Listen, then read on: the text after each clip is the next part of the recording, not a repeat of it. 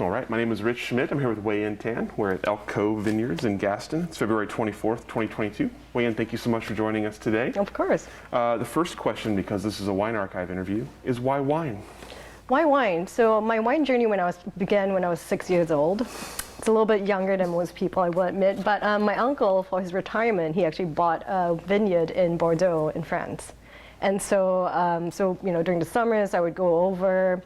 I'm pretty sure I tasted wine when I was 6, 7, 8. Did not quite like it at that age, thank goodness. So and then I was free labor for him. So I ended up, doing all sorts of things like harvest and sweeping the floors, helping him as he stumbled across the cellar, that kind of thing. But yeah, so that's why wine. I love it. I love wine. I love the different expressions of it. I love French wines. I love Oregon interpretations of French wines, and so that's really how that all started. Tell me about your sort of wine education. How did you learn more about wines and winemaking and all of that, all that kind of stuff? So it really just began with my uncle, because he was kind of learning a lot of it himself. He knew the basics, and he had, taken all his somm exams and things like that. And so he taught me a lot of, how wine tasted. But then when we were in France, he had a cellar master, he had, a director at harvest, he had, a lot of very knowledgeable people at the winery. And so they kind of, I would just kind of follow them along, and, I learned French, and then also learned what they were doing with the wines. So my education kind of started there. I did a bunch of different harvests in France. And then after that, I also did all my somm exams, but decided not to go the grower route, although that might happen in the future. And I kind of landed here in Oregon because I do love Bordeaux wines, but I also am very, very partial to Burgundies, as many people are. And so that's, so when I tasted my first Oregonian wine, the Pinot, I was just I fell in love. And so, so that's one of the reasons why, this meeting of France with Oregon, Oregon meets France, different expressions of the Pinot, and more beautiful in some ways. So let's back up a little bit and tell me about a little bit. You mentioned obviously spending time in France as a youth. Tell me about upbringing. Where were you born and raised, and sort of your educational path? I was born in Singapore, and that as you know, the Willamette Valley is the 45th parallel. It's on the and so Singapore is 1 degree north of the equator. So there's not a whole lot of wine being grown there. It's also an island where the average square foot is going to be millions of dollars, and so there's no wine grown there. And so So I grew up in a big metropolis, a big city. It's the only island city, country, state in the world. It's 6 million people crammed into the size of San Francisco, 8 by 8 miles. And so that's more than the population of Oregon in this tiny little area. So going to France and just kind of looking at all the that open space. I mean, it is a pretty crowded country as well, France is, but the vineyards and everything just kind of takes your breath away sometimes, and you go back into Singapore. It's just person piled up on person. So, but yeah, that's where I grew up, and that's where I did most of my education until I came to the U.S. for my undergrad, my master's, and my PhDs. Tell us about that, your educational path. Why did you choose the path you did? I didn't want to go, so I started doing my PhD because I didn't want to start working. That's a good, I did what most Singaporeans do, which is when you go to college, you are going to do something that's going to, make you money when you graduate from it. So winemaking was not the immediate path for me at that time. And so I started out, did my undergrad in math and stats and comparative literature and French literature. And then continued with a master's, and then finished up a PhD. And again, I didn't want to work, and that's why I just wanted to keep in that whole collegial kind of feeling. And then when I was doing my PhD, I realized that, oh my goodness, I actually have to work while I'm doing my PhD, and so so that really sucked. But I do attribute the reason how I discovered Oregonian wines was actually when I was doing my PhD. One of my professors, Jean-Pierre Dupuis, we had an evening out or whatever, or no, it was actually, all of us went out, and then we went back to his house with all his graduate students, and And he opened a bottle, and it was actually Elk Cove, which is why I wanted to like try and get to Elk Cove. And he had a few other Oregonian wines as well, and then a bunch of French ones. And then he's like, these are really great. And I was like, oh my gosh, like these are really great. And so that's kind of how that started. But yeah, I just didn't, and then at the same time, during that whole period of my life, I was doing so many different things. I couldn't really figure out, which direction to go as well.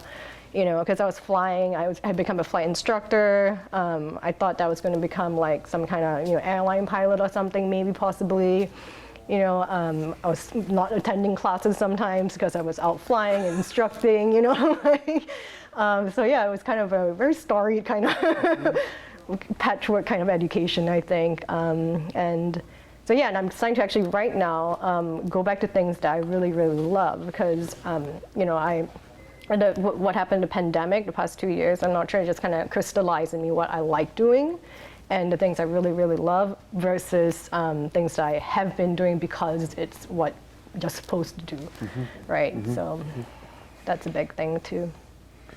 You mentioned flying, obviously something that you're very passionate about as well. Tell us about how that came to be. So my flying journey started a little bit later than my wine journey. So in Singapore, it's not very common for people to learn how to fly.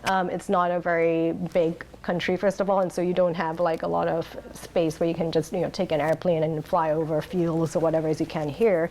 There's maybe one flying club, or at that time there was only one flying club or flying school for people who are not going to the military or the airlines. And at that time, it was also very male-dominated. It still is, and even in the U.S., it's very male, dominated. But in Singapore, I think there was no female pilot in the military or in the airlines at that time. And so it just never even occurred to me that it was possible.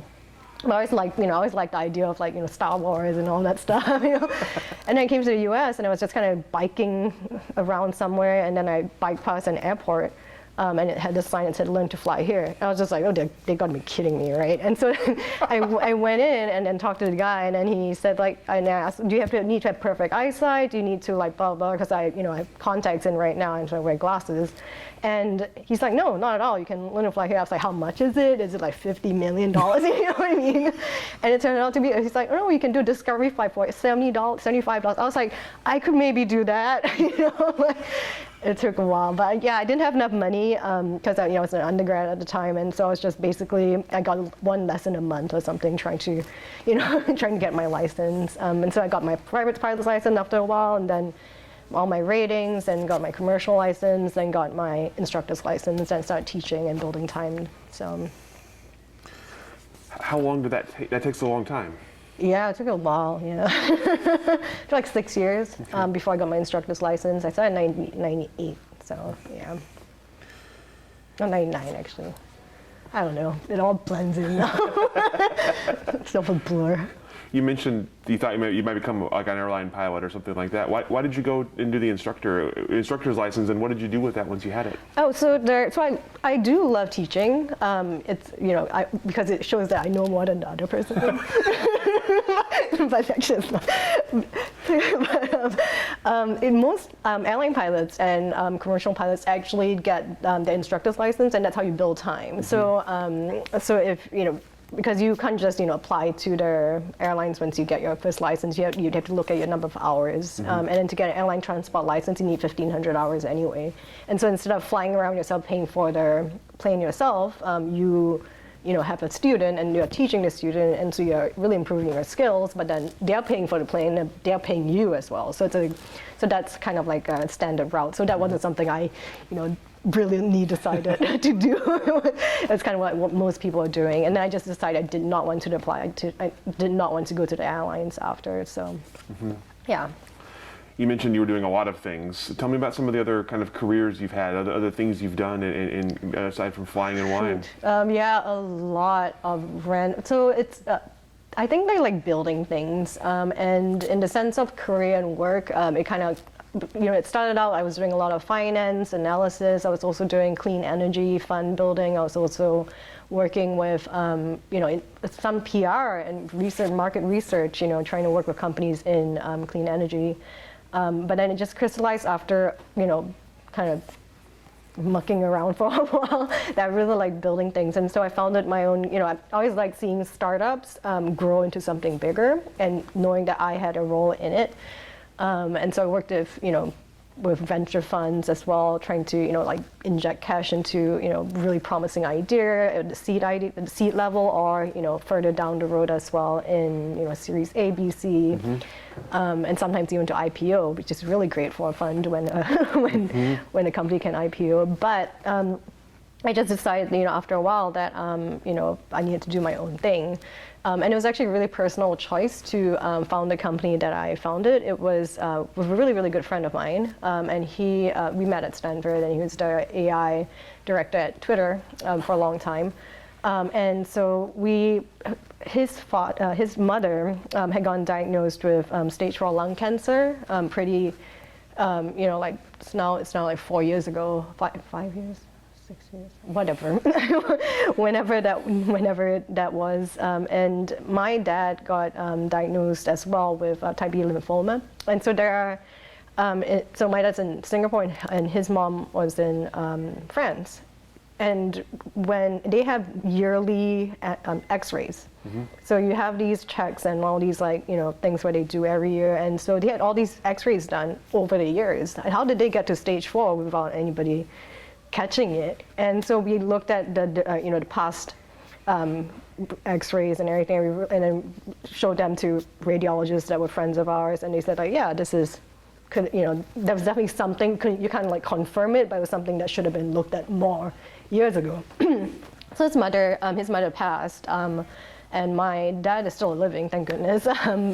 But we said why don't we build, because we thought we were saying we want to found a company together, but we weren't sure. We were like, maybe something aviation, something drone, something blah blah blah, and so we didn't really have a good idea of what we wanted to do along those lines. And so when his mother passed away, it just kind of it was like we need to do something to help the situation.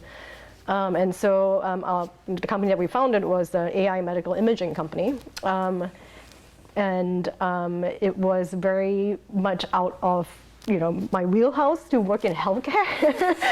So never worked in healthcare before, and I can see why people really hate it because it's very bureaucratic. It's almost like the defense, because I worked in energy and defense and aviation, aerospace type industries before, but it's whenever you have some things that have to do with regulations, whatever. So healthcare is way up there, and then aviation's also kind of way up there in a different sense. So I think so it was just a very rocky beginning trying to figure out what we were trying to do, because most people, why don't you start a tech company and do this app or something or whatever, and then with our backgrounds, we could probably get funding really easily or something. It took us a long time to get any kind of funding. People you guys know nothing about healthcare. You don't know the people who work in the hospitals. You don't know the people. So we had to kind of just crawl our way through there, and eventually we did get our first deployments in Michigan. An urgent care, which is very much needed because they need help with because you don't need to legally, it's not required for any any doctor to have an X-ray be read by a radiologist. So your X-rays can be read by a physician's assistant, or there's nothing that says that a radiologist has to read it. And so you could just go in there with urgent care with a broken arm. And then they'll be like, oh yeah, we see that there's a crack here, but then they don't see there's a nodule somewhere because that's not what they're looking for, stuff like that. And so our software helps to mitigate that kind of that situation a little bit and say, oh hey, maybe you missed something, maybe you can look at it again because they're not as trained as radiologists. So yeah, and so then we had deployments in Singapore as well. Obviously Singapore because I'm from Singapore, so I basically used all the connections I had to try and get into the hospitals there. And we did get a deployment in Singapore General Hospital, and that's one of the 7th largest hospital in the world. And so that helped us, really get a little bit more, I guess, prestige, so that people will actually want to use our software after that. So yeah, so that helped a little bit. And what has been the reception to the software? How has it gone? It's been really great. So the company, so I'm no longer active, but I've sold my shares in that and everything, and it's in its third round of funding now, and so doing really well. I think it's more than 100 deployments in the world. I think it's mostly focusing more on the U.S. now. Yeah. So I'm curious at all of the things you've done, and you had all these kind of ideas for businesses. You had the flight, you had wine. So how did it end up being wine? How did you come back to wine, and how did you end up? You mentioned Oregon wine being a draw. What about Oregon itself was a draw? Yeah, it's so I was living in New York. I've lived in New York, San Francisco, Raleigh, North Carolina. I've lived in France. I've lived in Singapore, and I've visited Portland a few times. I did a sort of Seattle to Portland bike ride. I flew up here a few times in my plane, and I really liked it. But really, it was just one of those things that I had. I sold my shares in my company. I was really burned out, I would say. I've been I travel once every 3 weeks to Singapore, and I don't know if you know, but it's a 20-hour flight, and then I'd be completely, roll out of the plane into a meeting, then come back, and so I was just really burned out. And remember, I think I was saying earlier that the past few years it's just been in my life a big refocusing on what I really like to do and what makes me happy versus what I thought I needed to do, and so I had this time, and I was just, I want to go to Oregon and figure out what to do there. So I moved here, and then decided quickly that I want to do something with wine, but not yet purchase land and try and grow grapes yet. But maybe start with a bar, because I wanted a bar and I wanted a kind of wine program which I would be happy with. Not to say that everywhere else is amazing, by the way. It's just like not what I wanted. I wanted a bunch of flights. I wanted people to be able to come in, no pretensions, that kind of thing, and try as many wines as they could. Introduce people to French wines a little bit more deeply than maybe what they had been experiencing. Flights from all around the world. I'm a big fan of New Zealand wines as well, things like that. So, and above all, just to have a lot of choice and a lot of freedom in saying that I don't like that, but I like this, or versus like some places like it's kind of a little bit snotty. I'm not saying here, but when I lived in New York, there are definitely places where they're like, oh, you like that, and so, I'm like, I don't know. Sometimes I want my $2 chuck, sometimes that's a wine for, well, maybe not that, but but everybody has their own taste, and there should be no pretension or no, so, and I think that Oregon the people in Oregon especially, I think that's their mentality here too. There's no like, you must like this, or obviously there's a tendency in this part in the Willamette to do, Pinots, but you go to Southern Oregon, you have so many different choices there as well, so, yeah. So when you moved to Oregon, how long before you started the project, and tell me about the kind of the how it started, how you chose the space, how you chose all the things. Yeah, so it was we chose the space I think in 2019. So, and then it used to be a leather goods store, or like they sold cowboy boots and something like that, called Half Pint. And so Stem Wine Bar is on North Mississippi Avenue, really vibrant street. For those who don't know, lots of cafes, bars, restaurants, amazing retail shops as well. And so it was just one of those, I think I went to see the space. The landlord very cleverly decided to pick the viewing day to be the day where the street fair was happening.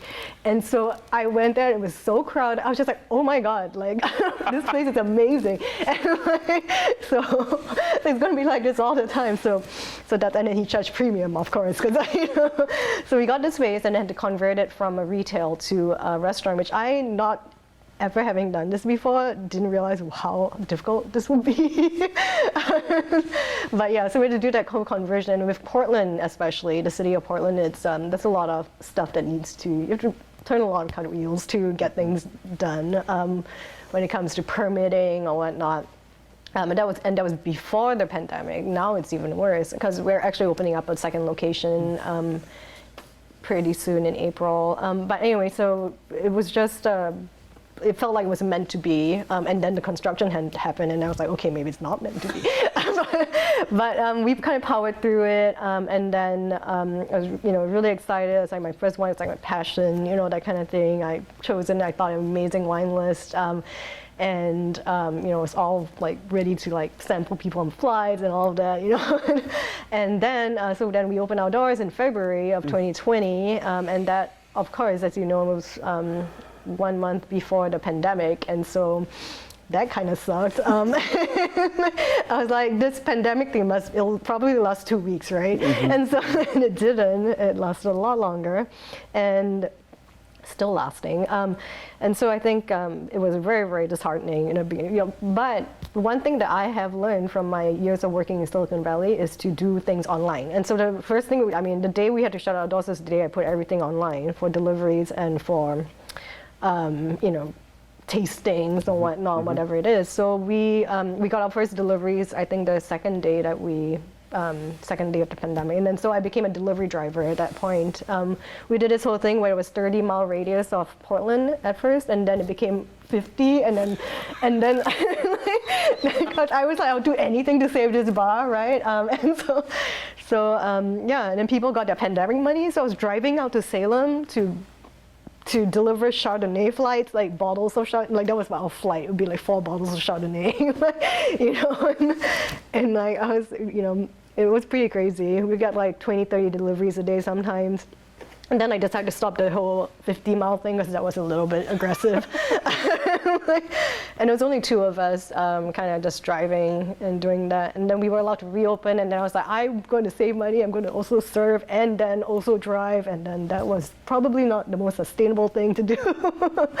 but yeah, it worked in there. It worked out, and then we started doing virtual tastings with a lot of corporate clients as well as families and smaller groups. We did in-person tastings when we were allowed to open up again, so those were really fun.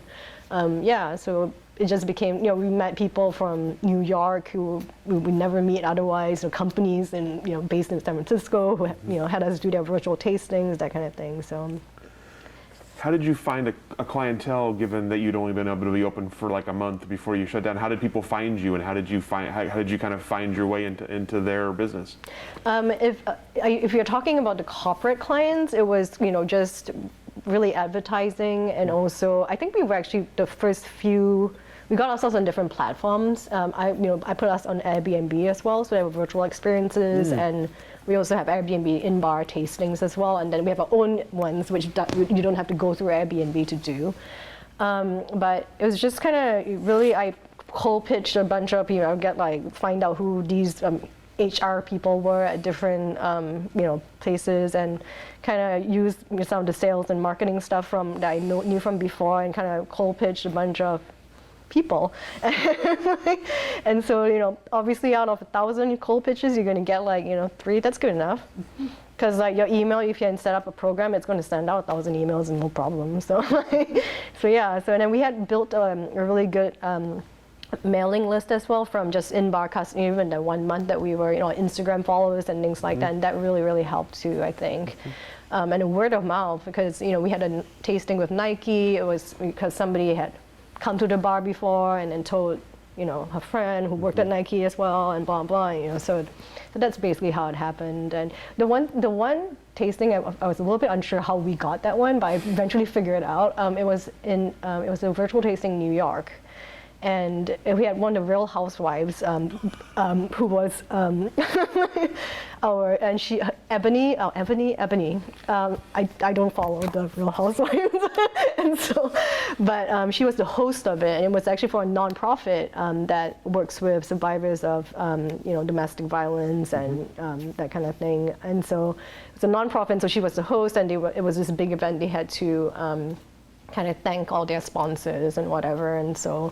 But yeah, that was pretty hilarious. We showed up. There was a production team on it's like me and my wine tasting manager, and we're like what is happening here?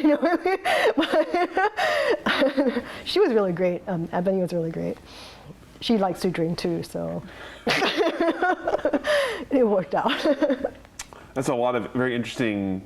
I guess, to overuse a word that was a 2020 word, pivots, a lot of interesting pivots in a quick time. Tell me about sort of building your team through that and keeping them working as well and figuring out how to transition their skills? Yeah. So the team, we still have like the original members of the bar, the serving team, and driving, who have become now interior designers, and but they still work with the bar in some capacity. And so building the team was really, really interesting, because I've never built a team in the service industry before. I've built lots of other teams before, but and I was just, I had no idea, what it was, but I knew that I wanted everybody to feel valued, and I wanted everybody to feel like they had a say in everything, and to participate in tastings, and to, if they don't like this wine, why, like, what do you like, and so bring in their suggestions as well. So everybody has a pretty big say in, wine list, there's like a big veto from somebody, anyone, then it kind of, that's it, and we're not going to serve that. We're actually going to be doing our STEM holiday party. I guess it's not because it's February now, but we're going to stay overnight in McMinnville in a hotel, and then we're going to just do a bunch of wine tastings around here. And that's what we did last year as well. So so it's been really difficult, obviously, with the service industry and trying to hire people lately. But I think it's starting to pick up a little bit again. But yeah, we've never really, because then I would just step into serve, or somebody else would step into serve or whatever. I wouldn't be able to fly, which kind of sucked. But but yeah, it hasn't been too. I've heard of places with much worse situations than us. So the team got very, very close during the pandemic. I mean, for some strange reason, most of us just live like on the same block by the bar. we literally had two team members live in the building next to the bar. So it was this joke that we just hired from that building. That's not true, but it seemed like it. And so then the team became really, really close, because everything was shut at the time. And then when we weren't shut, it would be like outdoors only. And so, so the team would kind of just gather. It became a very, almost like a family at the time. And obviously now, things have opened up a little bit, quite a bit more, and it's transitioning more into a regular kind of restaurant business versus delivery, like what we were doing before. So the dynamics are changing, as they always do. But yeah, we have seen, for example, our ex-manager of the bar, she transitioned to an events management role in the bar, because I was like, let's do events, like let's have female winemakers come into a women wine power flight or something, that kind of thing, and then that's eventually what she wants to work as, and then, our wine manager was in real estate before, and so I love being able to kind of introduce wine to different people and have them, see where that takes them, because she would have ended up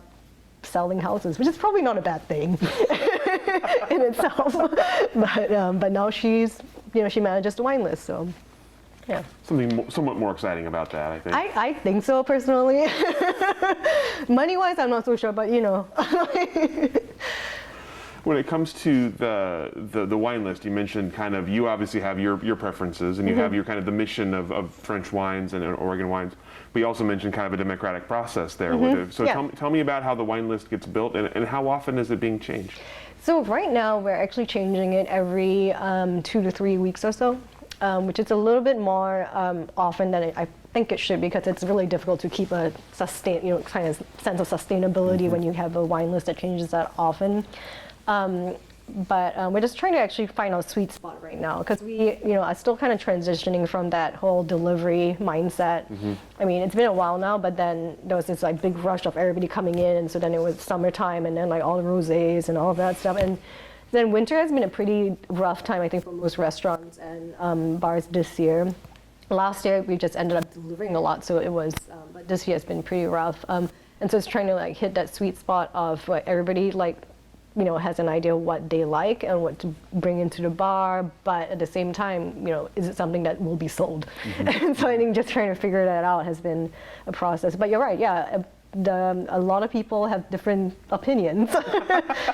And I think one of the biggest jokes, or not joke, it is just like, I share very similar tastes with our wine manager. Our general manager is the complete opposite of us, and so so I'm just like try some of the wines she's picking. I'm just like, ugh. But but then I recognize it's me. It's not the wine, and like, many people will like her the wines that she picks. So that's how it is. Why the name STEM? That's a little bit of a long story, actually. What we're here for. We opened the wine bar as 45 North Wine Bar, not as STEM. And so February 2020, 45 North Wine Bar, and then the company, the LLC name is Veritas Wines, but that's not important. But anyway, so we had that name, and I thought it was a great name, and but people started, and especially our logo too, it was like a globe, and then with the latitude line. But people started mentioning to us that when you walk by the bar, especially when we were shut during the pandemic, that they thought it was some kind of travel store or something. Because like it said 45 North, the words, but not wine bar on the. So it's like 45 North, and then like this like globe thing. And so unless you walk in and it's a pretty nice bar, and really like from the lights when the bar's lit all the time, so you can actually know it's a bar, but you have to kind of walk up to it. So that was one of the reasons why we decided to go through a name change. Another reason was we actually got a cease and desist letter from North 45 Pub. And they said that, and that's absolutely not the reason why we decided to stop being 45 North Wine Bar, but they sent this letter from their lawyers, and in the middle of the pandemic, it's like June of 2020, June or July. And I think they have like 6 different, it's a chain, they have 6 different pubs and restaurants or whatever. And they said, this is infringing on our trademark or whatever. And you need to cease and desist, and like so I showed it to the manager, and she was so scared. I was just like, I'm sorry, I've worked in tech and whatever. Like, and I also have a lot of lawyers, and so you get cease and desist like all the time. It's meant to scare you, especially since they think this is like some mom and pop. They have no idea. So I'm just like, so I sent it to my lawyers, the letter, because I was irritated, and then they my lawyer said like that's a design mark, not a trademark. So the logo itself was what they had designed, and that was what was protected, not the words 45 North, because you cannot legally trademark a location, and that's the meaning of that. And also they were using reasons like people confuse your pub with our bar, your bar with our pub, and I was like, how is that even a thing? Like, you're a pub. You don't even have wines, you have like 3 wines. But anyway, so at the end of the day, like my lawyer sent back a letter, and we won, I guess, and that they never sent anything back after that. But it kind of left a sour taste in my mouth, and I was just like, and also the whole thing where people thought we were a travel store, and so so I decided to go through a name change. And then how I did that was I got a bunch of people together, and we did like a branding exercise, with a lot of wine and drinks, and sat around a fire, and the people who came up with the name STEM were people who don't drink wine that much. They drink beer normally. And so I had some really terrible suggestions and ideas that I thought were great, but they weren't. So we just kind of went around the whole list, and then I looked at STEM. I was like, that's a perfect name for their bar, and everybody kind of agreed. So that's the name that we chose. And then also, STEM is also science, technology, engineering, mathematics. So I was like, okay, that's like kind of a thing, So yeah, that's a long story. It's really interesting though that you came to a name that you like. I mean, you found something that you like, and it kind of works multiple ways. Yeah, it's actually really interesting, because I would not have thought that.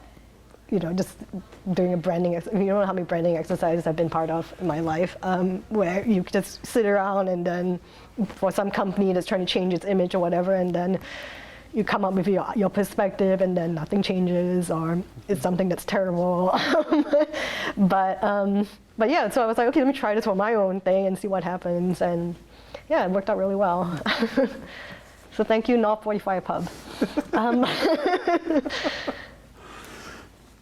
Tell me about your clientele now, especially now that you're open again. What have you found brings people to STEM, and what are they looking for from you, and what have the what have you kind of evolved for or learned from them in the past couple of years?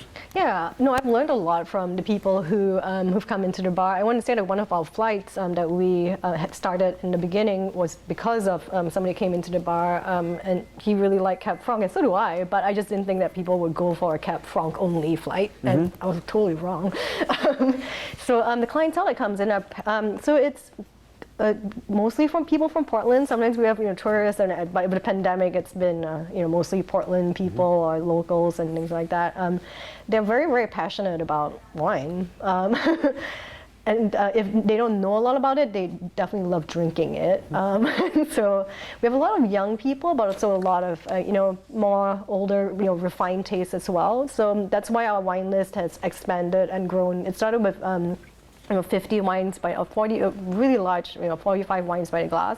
Then it expanded because we're getting people who wanted to taste the Margaux, the 2002 Margaux versus somebody who wanted mimosas. So then we expanded from 45 to 50 to 100. Then at one point we had almost 200 wines by the glass, and then that became a little bit cray. I was like, nope, we can't do that, not sustainable. We use the caravan system, and we also argon for the house wines, and so that helps a little bit, but you can imagine what the kitchen looked like. We stopped serving food during the pandemic, so we only had cheese plates and charcuterie, that kind of thing, nuts, chocolates, versus having an actual kitchen, which we used before, and so that became a storage place for bottles of wine, literally.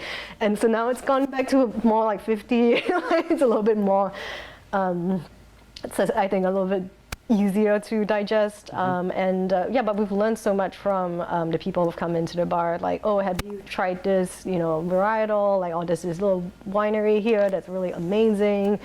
Or they'll tell us some random fact about the wines that we didn't even know ourselves. Yeah, and I met people from California that been to the same wineries I've been to, that kind of thing. Used to fly a plane up to Napa, and someone from the Bay Area. It's not far at all. It's literally the Bay Area. So yeah, it's been really, really great. And really I met many friends. I have many friends now from who are customers of the bar, used to be customers and moved away or whatever. But yeah, I think the whole pandemic thing really brought out a lot of people coming and then just kind of being open about who they are and how to help, and really they really helped us a lot. They knew we were going through a tough time. They bought wine, so everybody wins. What do you feel like your role is in terms of education of wine? Do you have a lot of demand for people to know more about wine or wineries or winemaking? Yeah, absolutely. I think so. My role is so I still conduct some of the wine tastings that we do. So the virtual tastings have dropped up a little bit, but we just had a few different inquiries about more virtual tastings coming up. So my role, although I think I was a really amazing delivery driver, who else would go to Salem?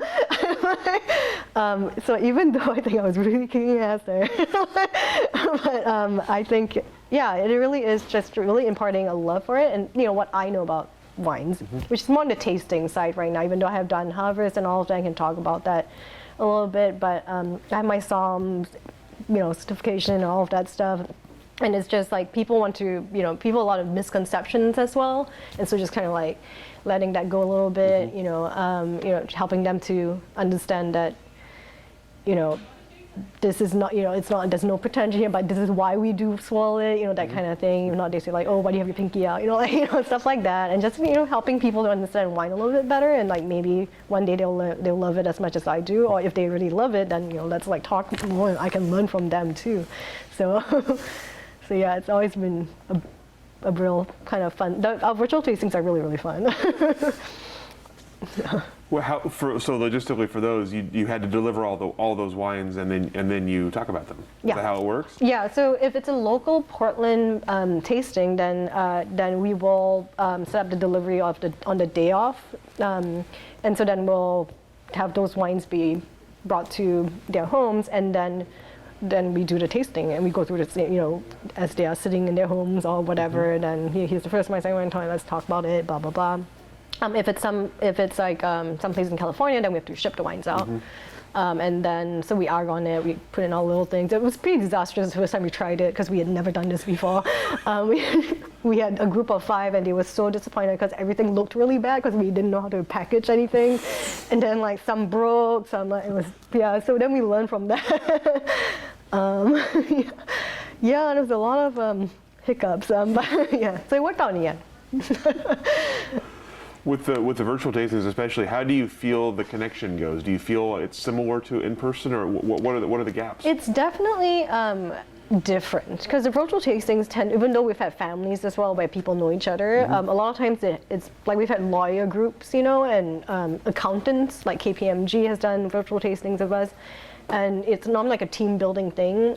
It's actually, I wouldn't say that it's not as warm because people, these people, this is a fun time for them. They're like, here we get to drink wine instead of going, doing work. It's just been, I think, but it is much more fun personally for me when you have people come in and you can actually like interact with them. I tend to do better with people in person than Zooms or So, but at the same time, I wouldn't say that the experience is any, we've had some really great fun times with some of the online groups. Our first online tasting was with the Women in Construction group, and it was so fun.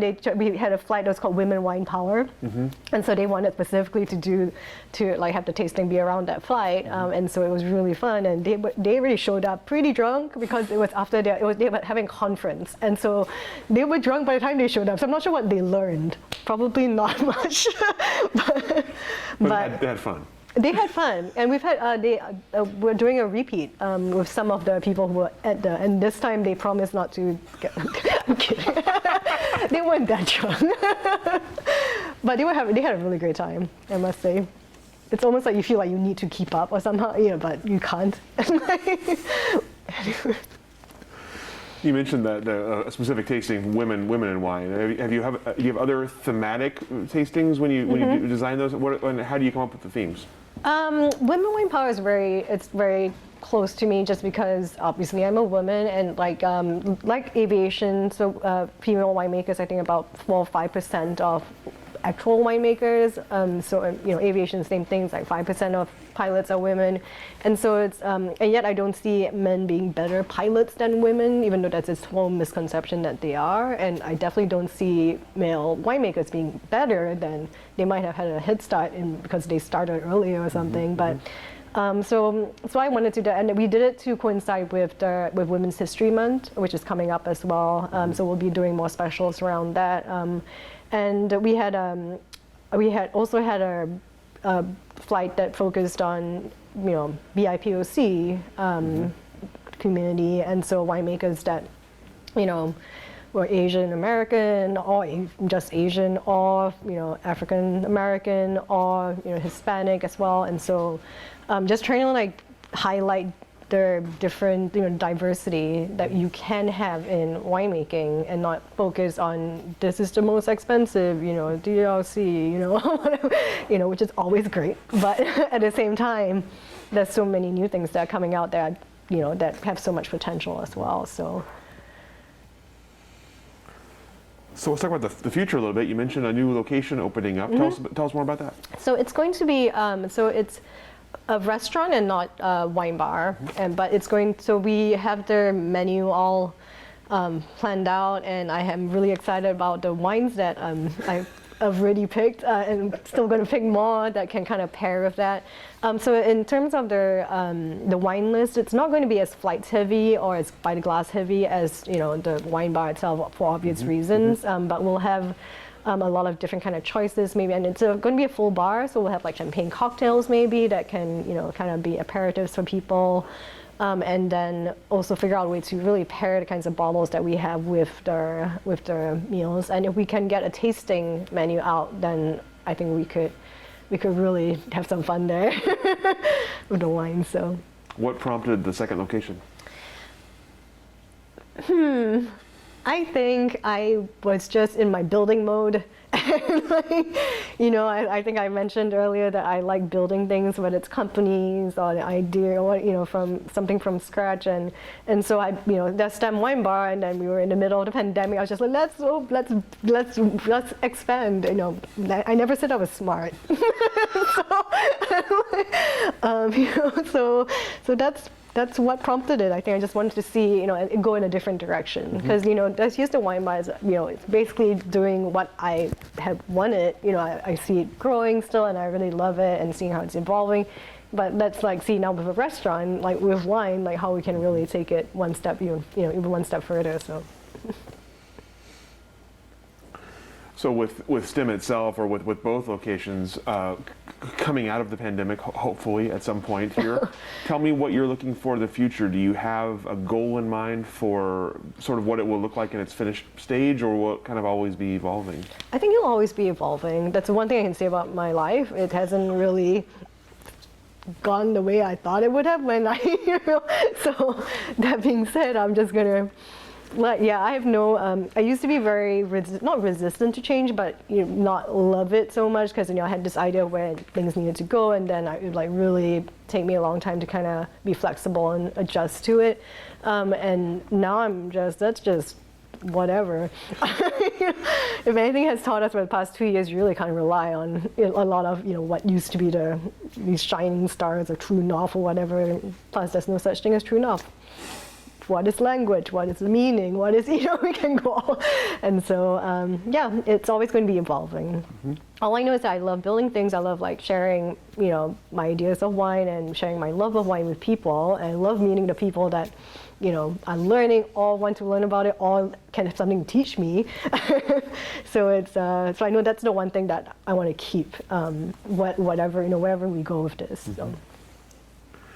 You mentioned earlier, hinted earlier at potentially making wine down the road. Tell me more about that. Is that still something? Oh, it's going to be my garage. Backyard, vineyard, garage. Oh winery. Yeah, no, Perfect. garagiste. I mean, the epitome of no. It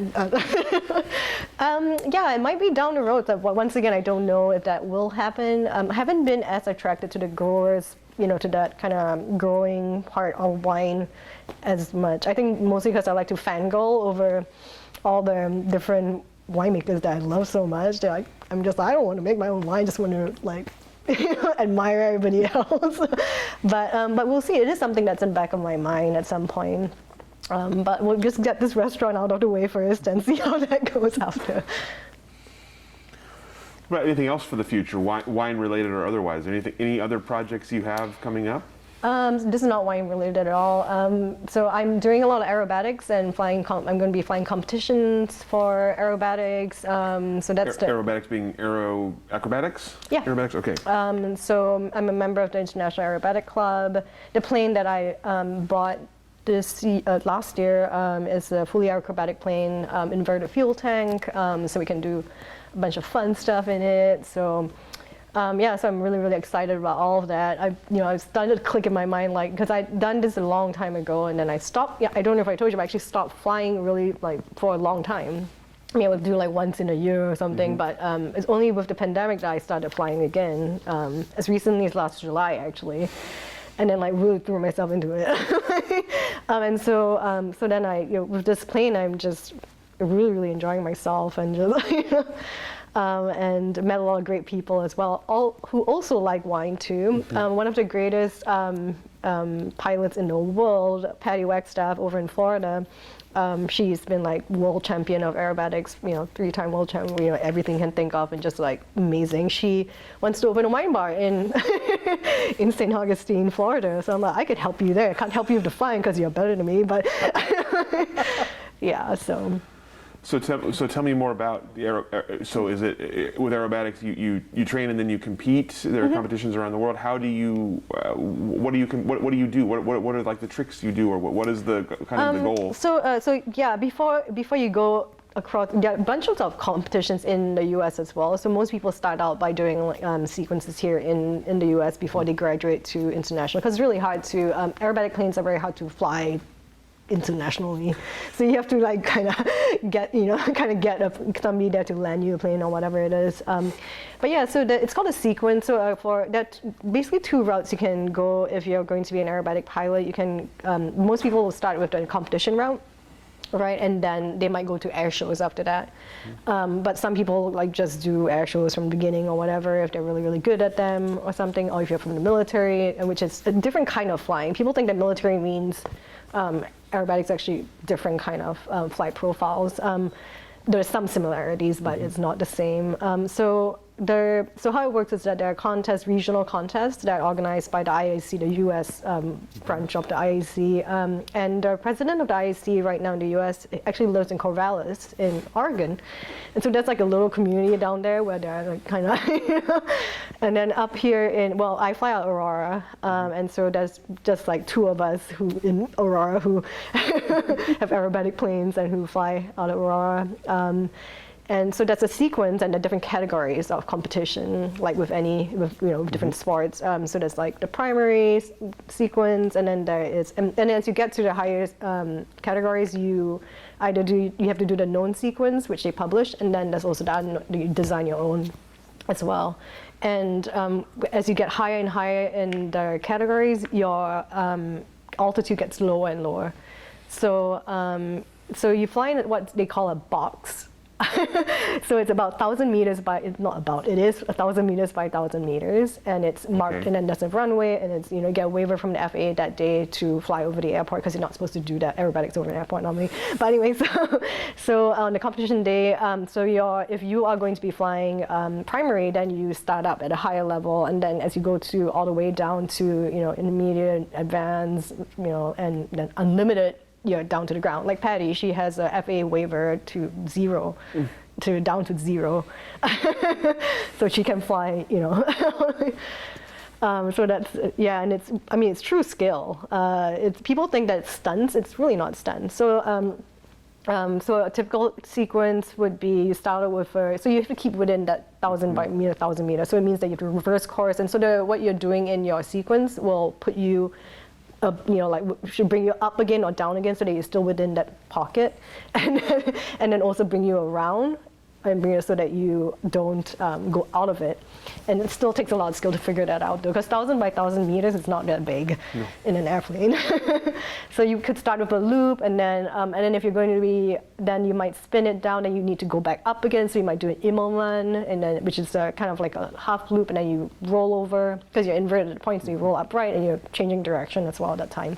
So, yeah. That sounds awesome. Yeah, you should come. Yeah, I brought up quite a few people from the wine bar. Yeah, it's like all the worlds colliding in one. Not in a bad way, not in a bad collision. Sure. Finding people who have similar interests as you that you weren't expecting. Yeah, exactly. I'm going to broaden out a little bit, talk about the industry in general now a little bit. Obviously, you came to Oregon because of Oregon wine, and you were intrigued. So tell me about when you got here, kind of your first impressions of the industry as you got to know the people and the wines here a little bit, and what, if anything, has changed in the time you've been here?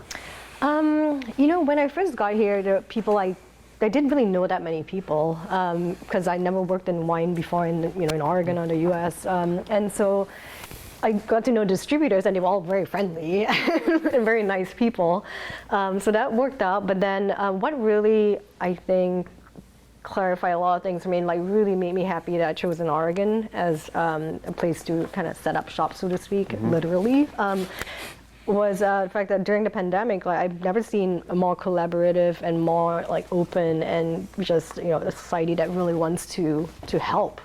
It's been, and it's not limited to wine, but a lot of education, a lot of people just, distributors saying we want to help you out because you're, that kind of thing. And winemakers just, Brianne, they drove her wine over from Newburgh to Portland. It was her day wines or whatever it was. She drove it up, that kind of thing. And she was struggling too at that time. I mean, we didn't know it was April of 2020, right? So yeah, such a collaborative society and just a community that is, really embodies the word community, I think. And so that's what I really, really like about it. Have I worked in other wine communities in the US? No. So I don't know if like everybody was kind of all like that, but I don't think so. I somehow think it's unique to Oregon. But I could be wrong again. Wouldn't be the first time we've heard that, so it doesn't surprise me. What about the wines themselves? How have they changed and evolved since you started drinking Oregon wines? How have the Oregon wines changed? Well, I think the fires, well, just because by the nature of Pinot being something that you drink, younger versus like, like a Bordeaux or whatever. I had a chance to taste and drink a lot of the 2020s. I'm definitely drunk a bunch of rosé from 2020 just because of the fires and everything. I think it shows that, the ability of winemakers to really adapt to situations that are less than ideal. I did recently taste one wine that had a little bit more than it should have of smoke taint in it, but it's just like they went for it. They still tried to do it right, go for it, like power to you. But I think it shows that there's always going to be something. If it's not a pandemic, if it's not the shortage or whatever it is that we're facing here now, if it's not fires, if it's not winter ice storms, it's going to be something, So it's a matter of like adapting to that.